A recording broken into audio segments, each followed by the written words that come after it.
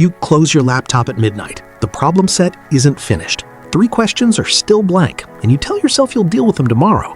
But you don't sleep. Not really.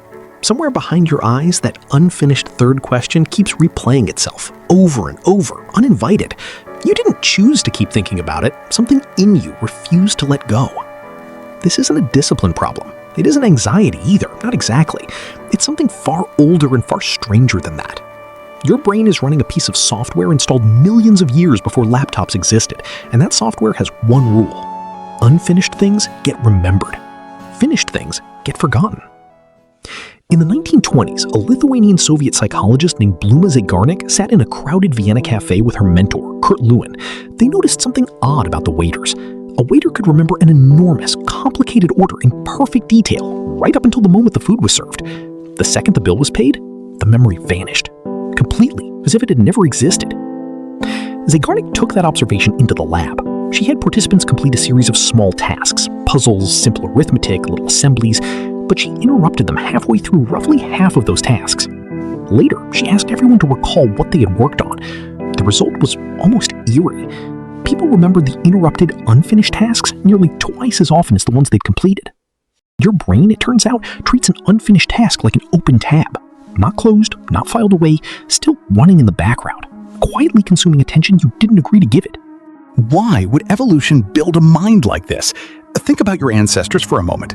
A hunter tracking an animal through dense forest couldn't afford to forget the trail just because dinner interrupted the pursuit. A person building a shelter before a storm couldn't let the unfinished roof slip out of memory overnight. Survival used to depend on holding on to incomplete goals until they were actually complete. The forest didn't care about your to-do list. It only cared whether you finished the task that kept you alive. So your mind evolved a kind of alarm system. Unfinished equals urgent. Unfinished equals remembered. Unfinished equals impossible to fully relax around. That system worked beautifully for tracking wounded animals and half-built shelters. It was never designed for 17 browser tabs, 4 unanswered messages, and a physics problem set with 3 blank boxes at the bottom. Here's where it gets stranger.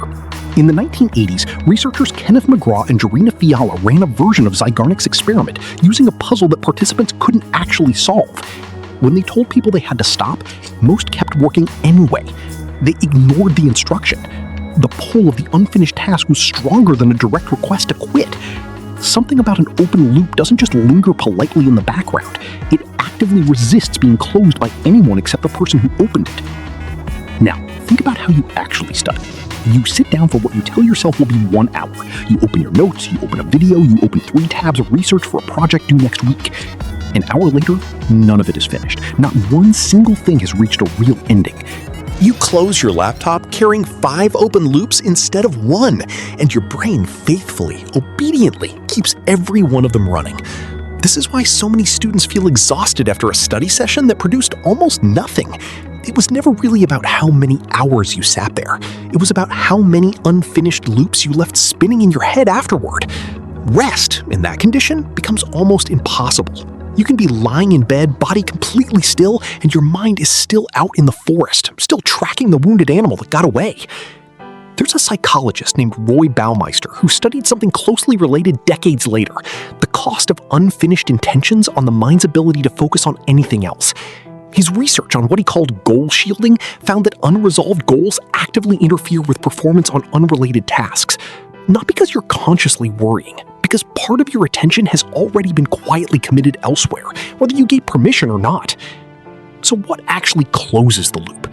Here's the part almost nobody tells you, and it's the part that changes everything. Zygarnik's own later research found something surprising.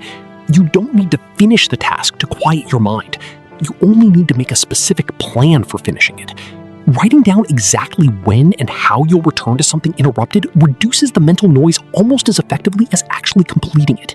Your brain doesn't need the food served. It just needs to know the order has been written down and someone is coming back for it. This changes how you should think about studying entirely. The goal was never to power through an unbroken 4-hour block until your brain gives out. The goal is to work in complete units. Finish one concept fully before moving to the next, even if that means covering less material in a single sitting. A completed short task closes its loop and disappears quietly from memory, freeing space for the next one. An abandoned long task lingers, drains you, and follows you to bed. This is why so many students feel exhausted after a study session that produced almost nothing. It was never really about how many hours you sat there. It was about how many unfinished loops you left spinning in your head afterward. Think again about that waiter in the Vienna cafe. He wasn't holding 12 orders in memory because he had a superhuman memory. He was holding them because none of them were finished yet. The moment payment closed each one, his mind released it instantly, without effort, without residue. That's the state you're actually chasing when you study. Not more hours, more closed loops. There's a modern mirror to all of this that you already live inside every single day. Every unread notification is an open loop your phone manufactured on purpose. Every video paused at the 90% mark is a loop deliberately left open to pull you back tomorrow. The entire architecture of your phone is built on Zygarnik's discovery, weaponized. Apps don't want you to finish anything. Finished things get forgotten, and forgotten things don't bring you back at 11 at night. Which means the most effective thing you can do before you sit down to study isn't drinking more caffeine or finding a better desk lamp. It's closing your open loops first. Write down the 3 things pulling at your attention. Set a specific time you'll deal with each one. Then, and only then, does your mind actually believe it's allowed to focus on one single thing in front of it. Ask yourself something honestly. How many tabs are open in your mind right now, this exact moment? Not on your laptop, in your actual head. The message you haven't replied to, the assignment you started and abandoned last Tuesday, the conversation you meant to have and didn't. Each one is a small waiter in your mind, still holding an order, still waiting for a bill that never arrives. You don't need more willpower to close them, you need one sentence for each, what it is and precisely when you'll return to it. That's it. That's the whole mechanism Zygarnik discovered in a Vienna cafe almost a century ago, still running quietly in your head tonight. So the next time you close your laptop with a problem unsolved, don't tell yourself you'll deal with it tomorrow and leave it floating. Write down exactly when tomorrow and exactly how. Because the mind doesn't crave completion nearly as much as it craves the certainty that completion is coming. Give it that certainty, and for the first time in a long time, that third question might finally let you sleep.